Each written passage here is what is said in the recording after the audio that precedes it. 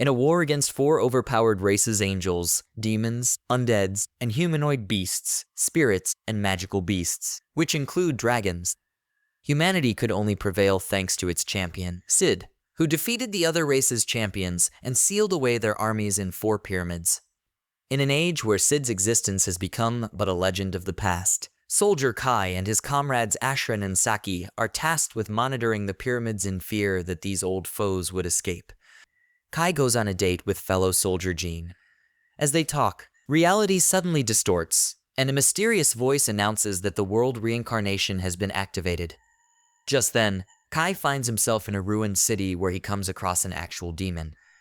This demon unleashes some insane magic attack on Kai, and he barely survives by using his sword case as a shield. Kai rushes to his sword and swiftly loads it up with bullets. Just in time, he shoots bullets and cancels out that demon's magic.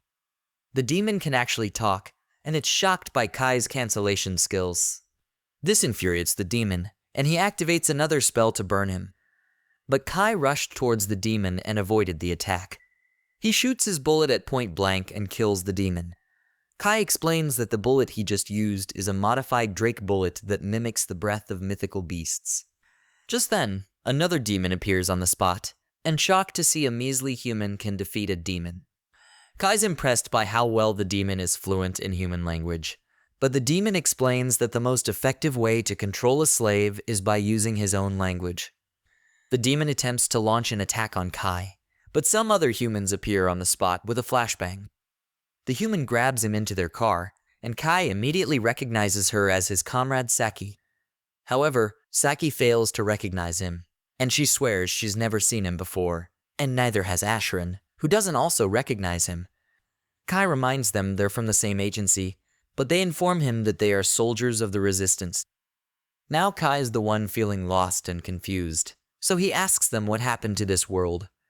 Saki tells him, humans lost the Great Holy War that took place 30 years ago and are now living hiding from demons. They take Kai to an underground city named Neo-Vishal, where the remaining humans are living. Kai wonders why humans lost the war.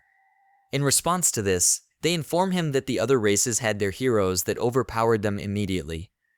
This shocks Kai because in this world, the hero of humanity, Prophet Cid, doesn't exist in this world.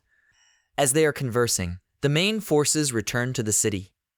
The commander has also returned, and it turns out that the commander is none other than Jean. Ashran and Saki introduce Kai to the commander, explaining his memory is a bit foggy. This shocks Kai, and Jean starts to leave, but Kai can't handle it all and stops her. He attempts to remind her of him, but Jean doesn't know who he is and leaves. After all this, Ashran lets him use his room because he believes that Kai is way too tired to think straight. That night, as Kai is studying some documents, he realizes that everything is the same, except that there is no record of Prophet Cid. The following morning, Kai asks Ashran to borrow his car, and he immediately gives him the key. Ashran was shocked that his body moved like he was doing like this before. Upon reaching the pyramids, he notices that the gate is open and enters without thinking anything. He keeps walking and eventually comes across Cid's sword.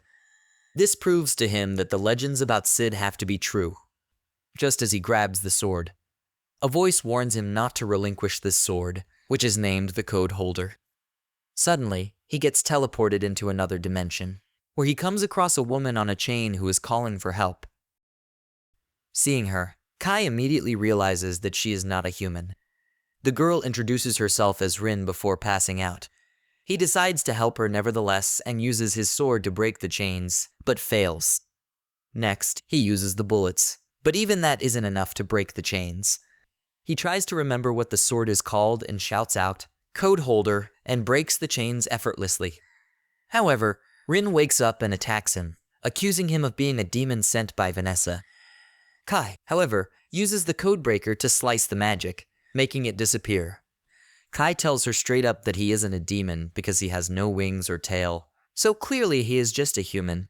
She apologizes for the misunderstanding. Kai concludes that she is not a demon and questions her race.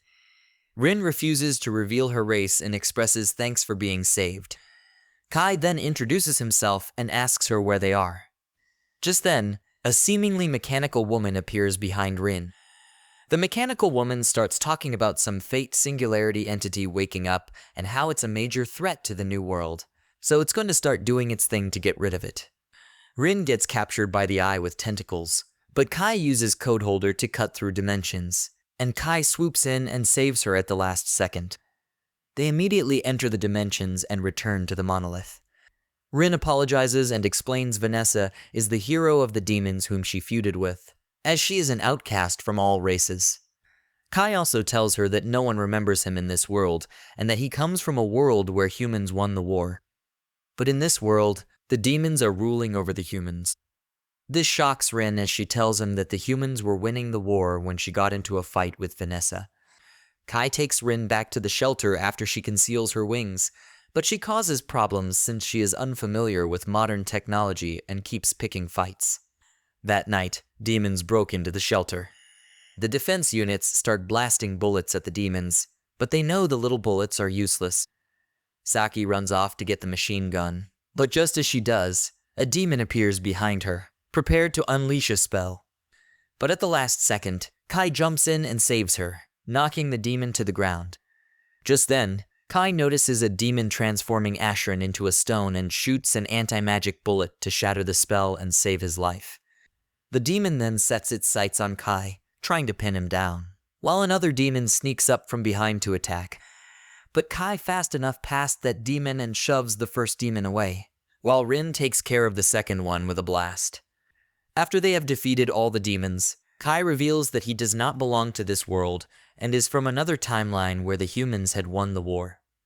Kai and Rin are brought to a council who do not believe their tale of an alternate timeline. But Jean trusts Kai after he reveals knowledge of her nicknames for her father and grandfather and the fact she is a girl pretending to be a man.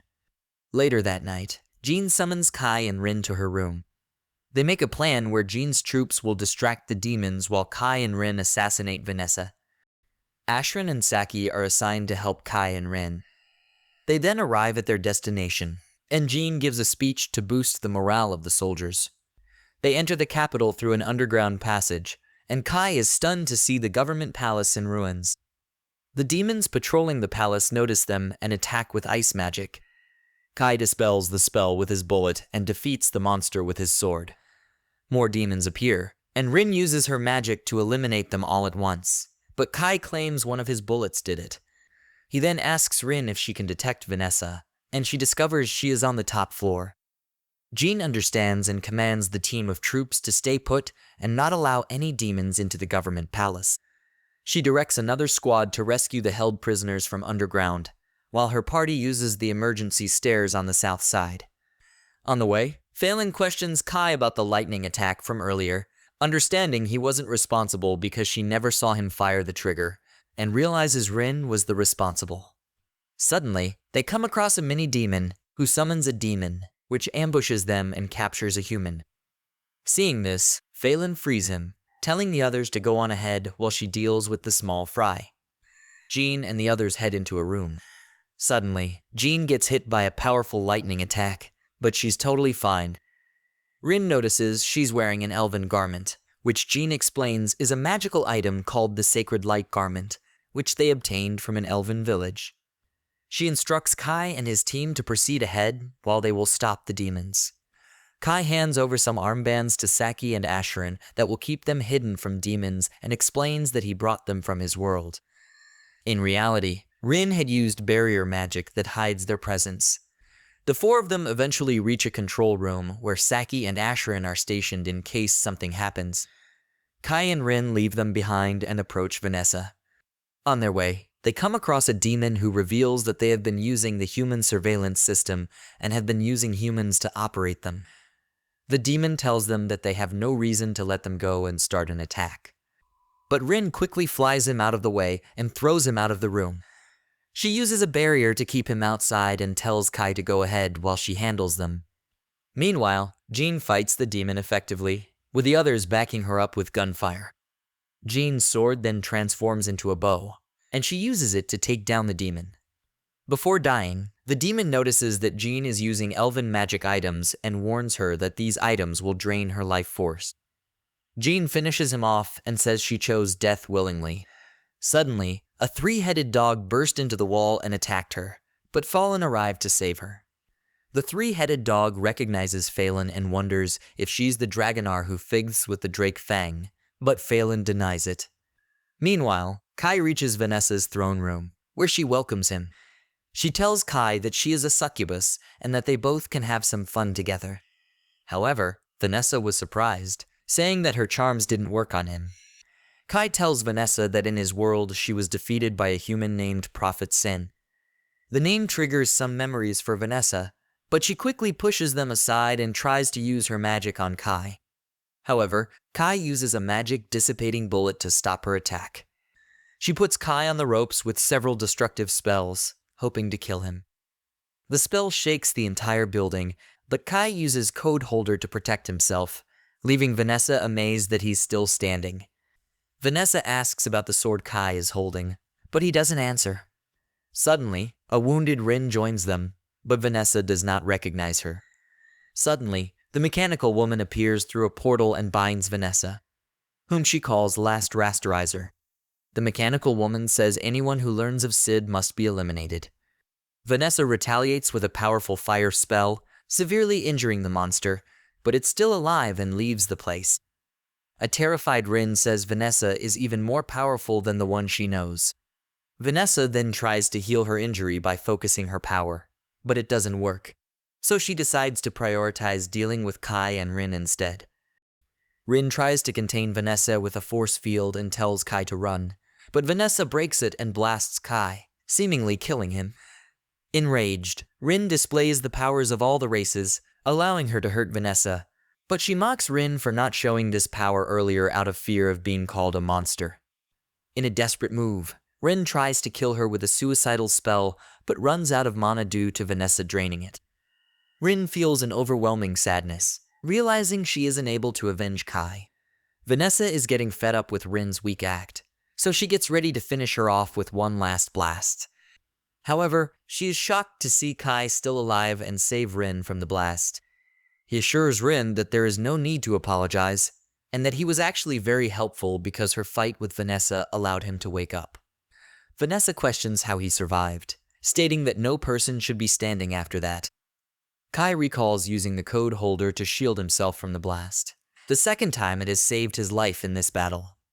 Vanessa's pissed that Kai would dare challenge her, so she reminds him he's just some trash who survived by luck. Kai tells her he's not aiming to be humanity's hero, so he's going to show her exactly how powerful a human can be. Vanessa then casts a powerful spell to summon a mini meteor to smash Kai, but Kai slices it into pieces with the Code Holder. Kai calls Ashran, and Saki turns off the lights, putting the roof into darkness. Vanessa struggles to trace Kai since humans lack magical energy signatures. This is when Kai appears behind her to fatally wound her. As she slowly dies, Vanessa suddenly remembers Sid and says he trusted her to hide Code Holder in the monolith in order to counter the world being rewritten. Apparently, someone messed with the timeline and changed history, so Kai's got to find this person, who's probably one of the other three heroes. Before she disintegrates, she acknowledges Kai as a worthy opponent and promises to come back and seduce him. With the other demons defeated, humans retake the capital city. Jean plans to join the resistance groups fighting the other races. Kai and Rin agree to join her. Afterward, Rin finds herself dreaming about the time she was desperately fleeing from that monster we saw earlier with Sid by her side. He apparently says something to her, but that's when she wakes up in one of the vehicles. The army moves from the Urza Federation to the Eo Federation, which is occupied by the Celestials. He flashbacked to when the battle ended, and as they were cleaning up, Rin caught the scent of demons in the air. They followed the trail and found Vanessa's sister Heinril greets Kai and Rin, thanking them for killing Vanessa and letting her take her place. She calls a truce between humans and demons and encourages them to fight the other races, warning them about the hero of the Celestials, the Angel Elfraya. Back in the present, Rin spots something and urgently asks Ashran to open the top hatch.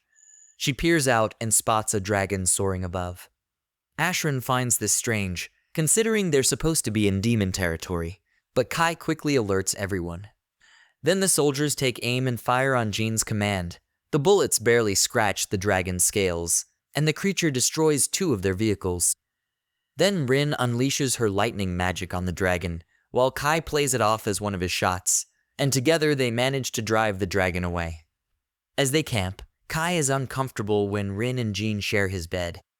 The next day, they continue their journey. Jean then gives the order to stop the vehicles, and they continue the journey on foot. When they finally arrive at the rebel army headquarters, they are met with cheering from the nearby humans. The rebel army members salute them as they enter. The rebel army, led by Zephan the advisor, happily welcomes them and expresses how the news of Jean's victory has given them fresh hope. It then greets Phelan, revealing they have a history together. He's surprised to see her again, remarking on how long they've survived in this desolate world. Without wasting any time, Jean requests to speak with their commander, and Zephan promptly escorts her to him. Soon, they meet the assistant commander, Quabairi, who informs them that anything that needs to be discussed with their leader will be done through her. Once they finally get to the main office, Jean introduces herself to the leader, Dante, who's not very happy with their arrival. Dante asks her why they came to this country. Jean doesn't understand what he means, so Dante mentions that it seems they've driven off the demons and retaken the royal capital. So, in his eyes, now they intend on taking further glory and stealing his EO rebel army. Jean gets right to the point, informing him that chasing after glory is meaningless just now. If he wants honors, he must start acting like he deserves them, because in the end, the soldiers pick who is given praise. She adds that if he takes charge and leads like a great commander, the people would respect and praise him. A while after that, Jean attends a meeting with the rebel army, where Zephan shows her a map and informs her about some details. He mentions that the Elven forest, the dwarven village, the fairies' hideout, and the angels' court are all considered uncharted territories. Jean says that she'll lead the search, so she asks Dante if she can borrow the EO rebel army's elite soldiers. Dante just sees this as something reckless. For the general to go to the front line personally, Jean then clarifies that she's only lending her life to those who are continuing to fight in this land. Her words manage to inspire the soldiers, who are clearly impressed by her courage. Meanwhile, Quabairi encourages him to lead an offensive from the front without informing Jean's forces. He then informs Zephan that he plans to personally lead the soldiers into the Elven forest, intending to capture elves and angels as prisoners of war. As Jean and her team return from yet another meeting, Rin pulls them aside, expressing her suspicion that Quabairi might not be human, and elsewhere, we're shown the aftermath of a crushed rebel army. Meanwhile, Alfraya has allied with Last Riser and shocks his allies by proclaiming all other races except angels are unneeded and will be eliminated. Alfraya then launches an attack on the elves. The Great Elder fights back, but the impact creates a huge explosion that gets her trapped in pure crystal. On the other hand, the village shrine maiden, Rairn, falls from where they are and lands in the forest. Once she wakes up, everyone asks for the Great Elder's whereabouts, pretty alarmed by the situation. Meanwhile, Dante and his forces are missing, so Kai's group searches for them. As they advance through the forest, they find a weapon graveyard that definitely belongs to the EO rebel army. Phelan realizes they must have fallen victim to a trap magic circle hidden in the trees.